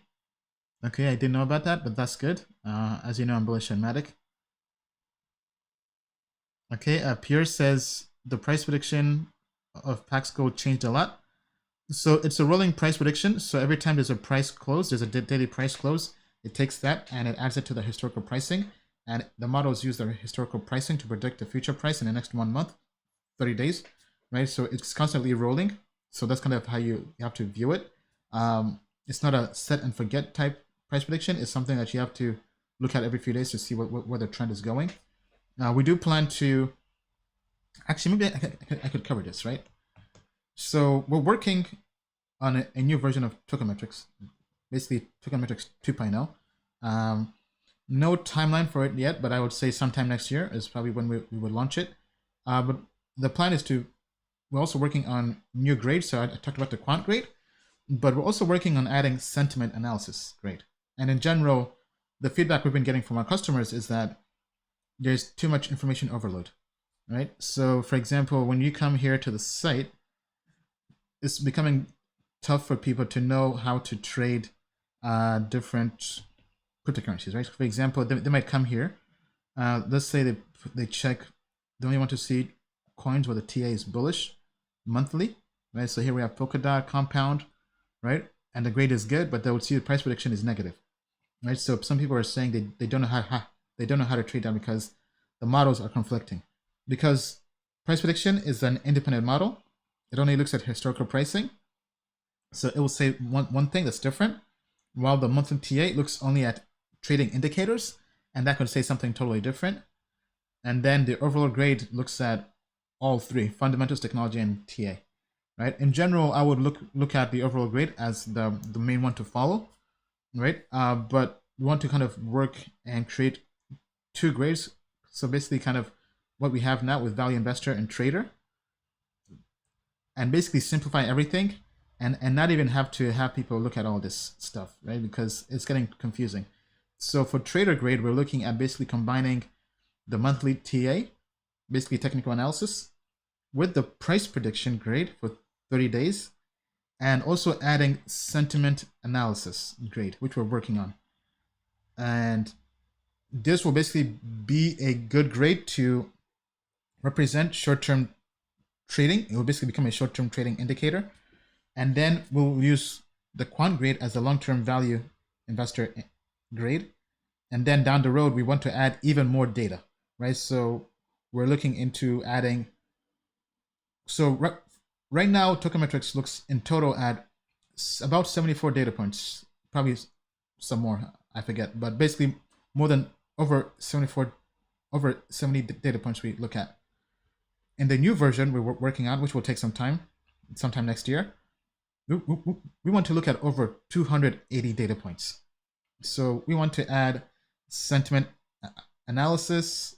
Actually, it's probably going to end up being more than 300 data points, right? We want to add so just the 280 would be quant grades. Quant grades, we look at 54 data points just for the quant grade alone.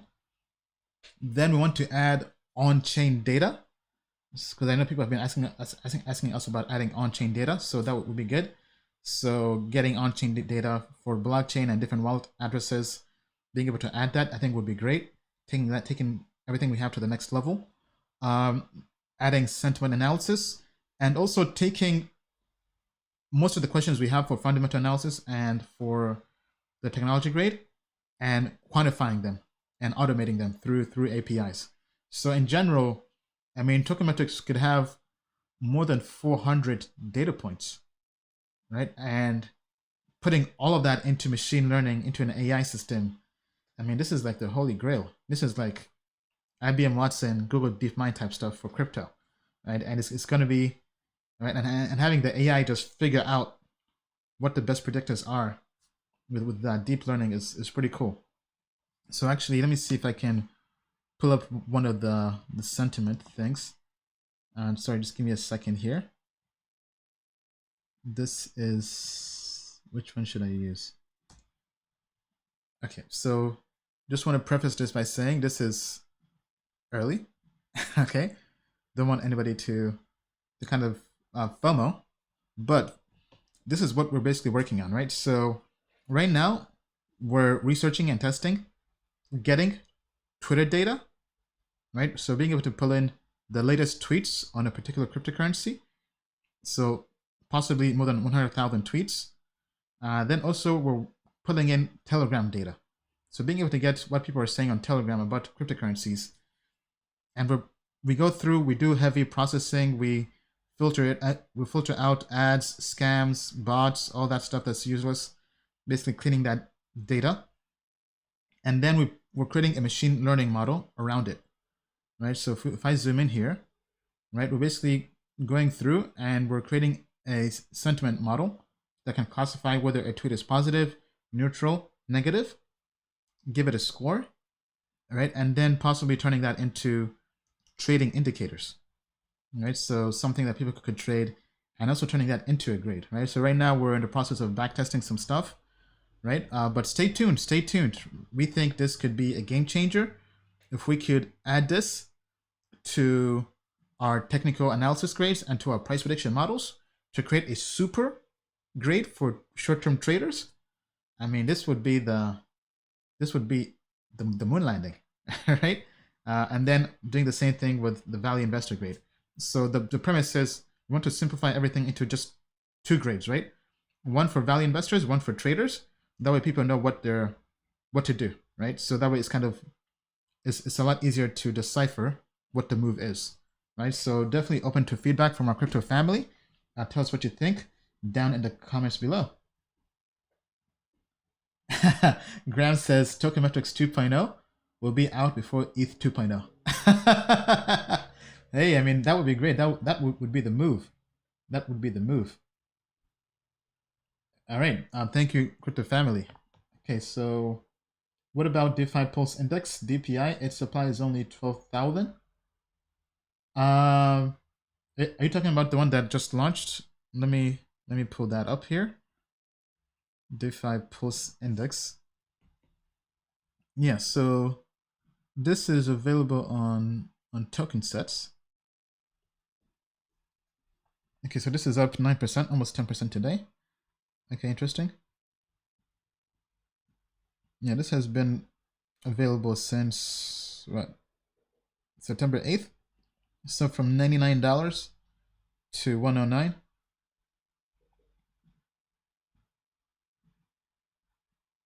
Okay, I like the charts here. Okay, so yeah, looking at this, DeFi Pulse Index has Yearn, ETHLend, Synthetics, Compound, Maker, Loopring, Ren, Kyber, Balancer, Augur.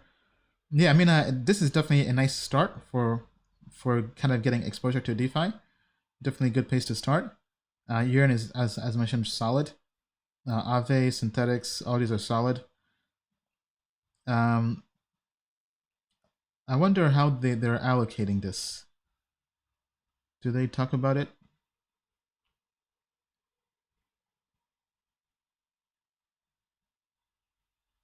Okay, so it's based on market cap weight. Okay, yeah, so the market cap weights, our premise is we don't think that's the best way to allocate a portfolio. Now, so we're working on our indices. We plan to launch this update probably by the end of the month, hopefully, maybe at latest early next month. But we're working on a new way to allocate our indices. So going to Token Metrics indices, we will have a new way to allocate them, right? So, because right now we're allocating it based on grades, right? But we've gone through with our quant team and we've figured out a new way to allocate it that will be more efficient. It's basically using quantitative strategies, so that would fall on what's known as the efficient frontier of a portfolio, right? So basically kind of going through different simulations and models and basically using quantitative methods to find the optimum allocation to a portfolio, right? So definitely worth looking into. Very excited to launch this. We think this would also optimize and make the indices even better in terms of performance, because we'll go through and really find the best. We'll go through and find the best way to allocate a portfolio. Because when you allocate a portfolio, it's not just about adding the best assets, right? Because one thing what we currently don't have now in the indices that we're basically adding is, let's say you have two assets, right, that both have good grades, right? As opposed to having the top 10 cryptocurrencies, you also want to have assets that bring the correlation of the portfolio to basically be neutral, right? Meaning that you want to have a correlation of 0, ideally, because you don't want to have two assets in the portfolio that have the same correlation, because it's basically having like the same asset, meaning that they both move in the same direction at the same time, right, with the same frequency. For example, let's say you have Ethereum in your portfolio, and let's say for some reason our indices rate Ethereum Classic very highly, right? Having both in the portfolio would probably not make sense, because Ethereum Classic probably has a good correlation to Ethereum. Let me take a look here, actually. Let me see. Yeah, so if we pull up Ethereum on Token Metrics, so let's say Ethereum is in the index, and we go to correlation here. So at the moment, BOTX, GNO, which is I think Gnosis, and FTT, that's FTX token, right? So basically, it's saying if you have Ethereum in the portfolio, right, it makes no sense to also have FTT and Gnosis and even Zcash, right? Even though Zcash was rated highly, for example, like in our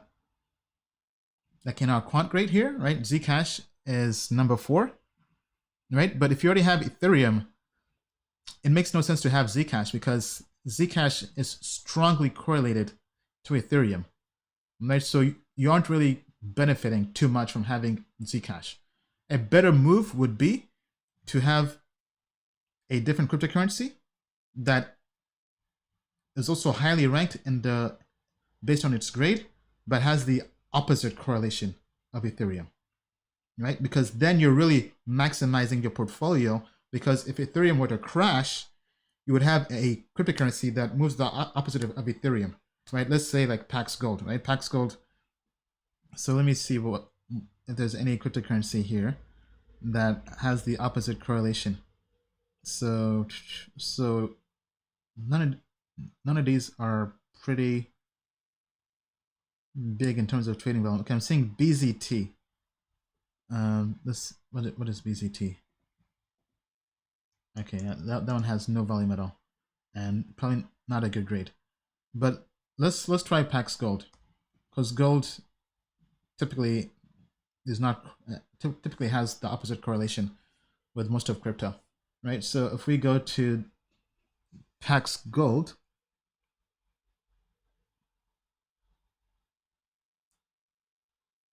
okay, yeah, I'm not seeing much here, but anyway, but in general, you want something that has a very low correlation, right? So in this case, if you had Pax Gold, probably doesn't make sense to also have any of this, right? So let's try Polkadot. So let's see what coins have a correlation with Polkadot.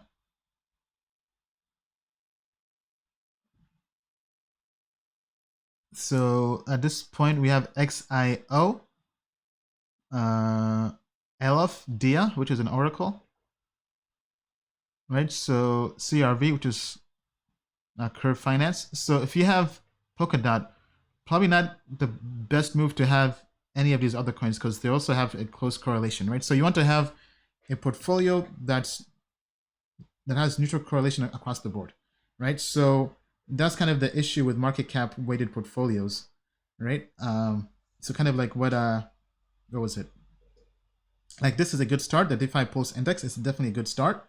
Don't get me wrong, all these are good assets, but in terms of how they allocate it, we think it can be more efficient, right? And basically something that falls across the efficient frontier. And that's what our quant team has been researching. And we hope to have that to you guys, to our customers, soon, right? Hopefully by the end of the month or as late as early next month, right? And this, we think, will be it's basically building the perfect allocation of the portfolio based on going through lots of different, probably hundreds of thousands of simulations, right? Depends on the portfolio size, but it goes through and finds the ideal weights based on mathematics. and it's pretty powerful, right? This kind of what Wall Street leverages and what the top institutions use, and we think bringing that to crypto is much needed in the space.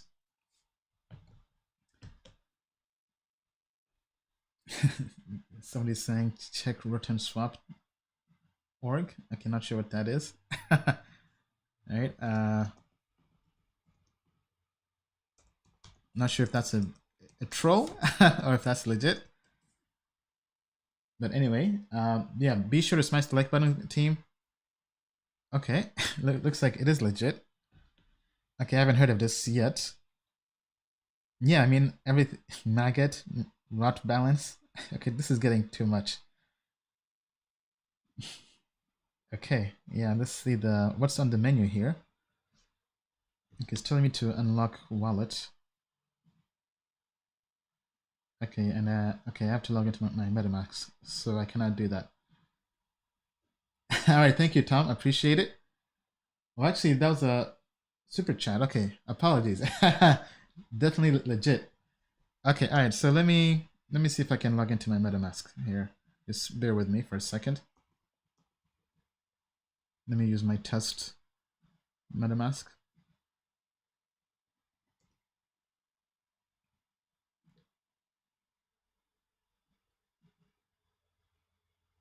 Yeah, so, okay, so let's unlock it now. All right, so what are we looking at here? So this is rottenswap.org. It looks like a fork of Uniswap with a rotten meme and zombies. Okay, rotting ether, APY 43,000%. Okay, so this you earn ROT tokens by staking your LP tokens. Is ROT trading? Okay, it's not on here. Let me try Coin Gecko real quick to see if the ROT tokens are trading anywhere. Okay, yeah, I'm not seeing. It looks like they aren't trading yet, so it looks like it is pretty early. Okay, CUSD, Unicorn, Maggots. Yeah, the only looks like you can only stake Ether at the moment because that's the only one. Okay, I'm saying okay. Aave is 2,800%. Link is 958%, 1,100% for Ren. So what's the most profitable one? Okay, Unicorn is 3,600. Okay, it looks like they have lots of tokens for staking. Very interesting. Okay, now the question that comes to mind is, has this been audited? Right, because if we go to, okay, so let's go to this. This is going to their Medium page. Okay, yeah, so it's an exact copy of SushiSwap. Okay, hold on, somebody's calling me. I have to wrap up soon, guys. I have to meet somebody for lunch. Okay, return to SushiSwap. Has no dev fund, so no possible rug pull like Chef Nami. The pools offer different token pairs. Every transfer, 2.5% of the maggot is burnt and transformed into maggot tokens.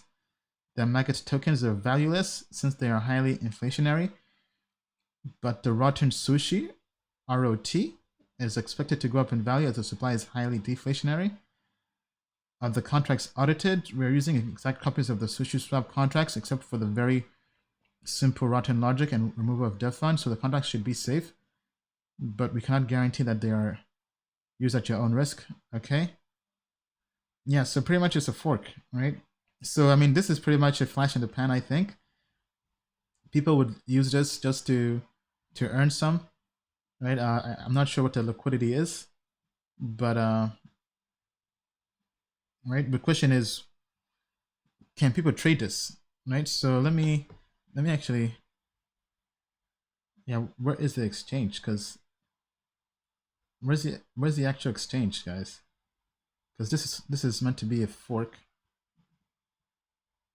So like, where's the actual DEX? Okay, all right. So let me pull up my screen again. So right now liquidity is very low, $42,000. So not the kind of liquidity I like. So I would probably avoid this. Right, very low liquidity, and trading volume is $0. So I'll probably just wait and see. Then pulling this up on DEX tools. DEX tools is not showing any trades. Yeah, so definitely very concerned. I mean, it could take off, but right now, okay, here it shows that ETH ROT pair has $84,000 in volume. Yeah, this is super early stage, very illiquid. Be careful, right? If you're gonna gamble with these forks, these Me Too products, be sure you know what you're doing. Now, don't put everything in, as mentioned. Let me see here. Okay, yeah, somebody's saying, Nikita is saying it's tradable on Uniswap. Okay, so let me get this straight. It's a fork of SushiSwap, which is a fork of Uniswap, and it's tradable on the original. Right? Okay, not the most compelling reason to want to use them, right? They should have their own DEX if it's gonna be something worthwhile, right? So to me, it means that it's just short-term flip, right? So okay, so the token we want to look at is ROT. So ETH ROT.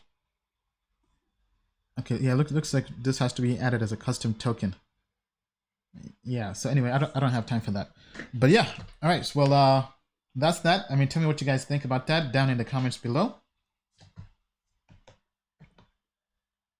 All right, so we're hitting close to 2 hours. It's been great having this surprise live stream.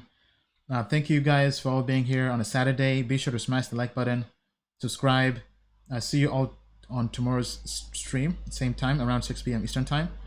With that being said, I mean, recap, market has been rough. Be careful. We're heading into the election. Times are uncertain with equities, and that can affect Bitcoin, which can affect altcoins.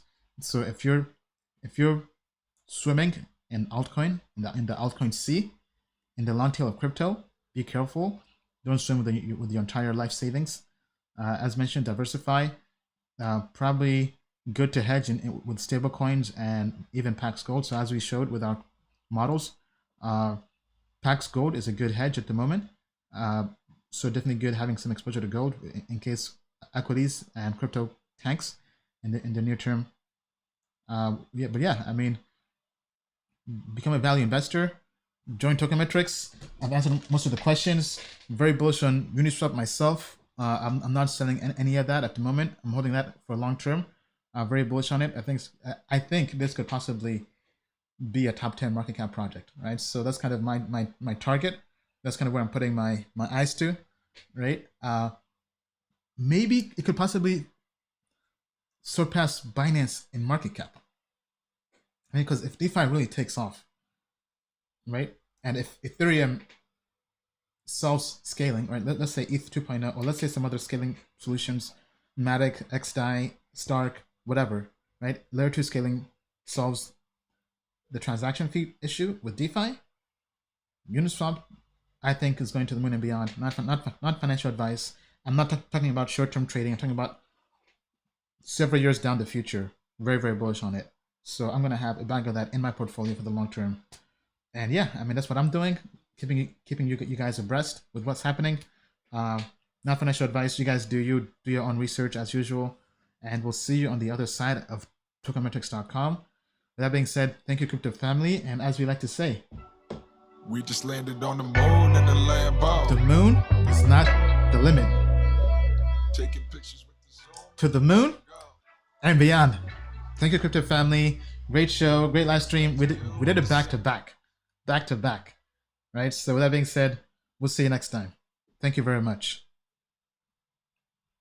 Token Metrics is a cryptocurrency investment platform that helps users leverage machine learning to become better crypto investors. Our in-depth analysis helps eliminate the emotions of investing, find profitable investment opportunities, and filters out scams.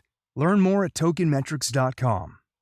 Disclaimer: Token Metrics Media LLC does not provide individually tailored investment advice and does not take a subscriber's or anyone's personal circumstance into consideration when discussing investments, nor is it registered as an investment advisor or broker-dealer in any jurisdiction. Information contained herein is not an offer or solicitation to buy, hold, or sell any security. The Token Metrics team has advised and invested in many blockchain companies. A complete list of their advisory roles and current holdings can be viewed here at tokenmetrics.com/disclosure.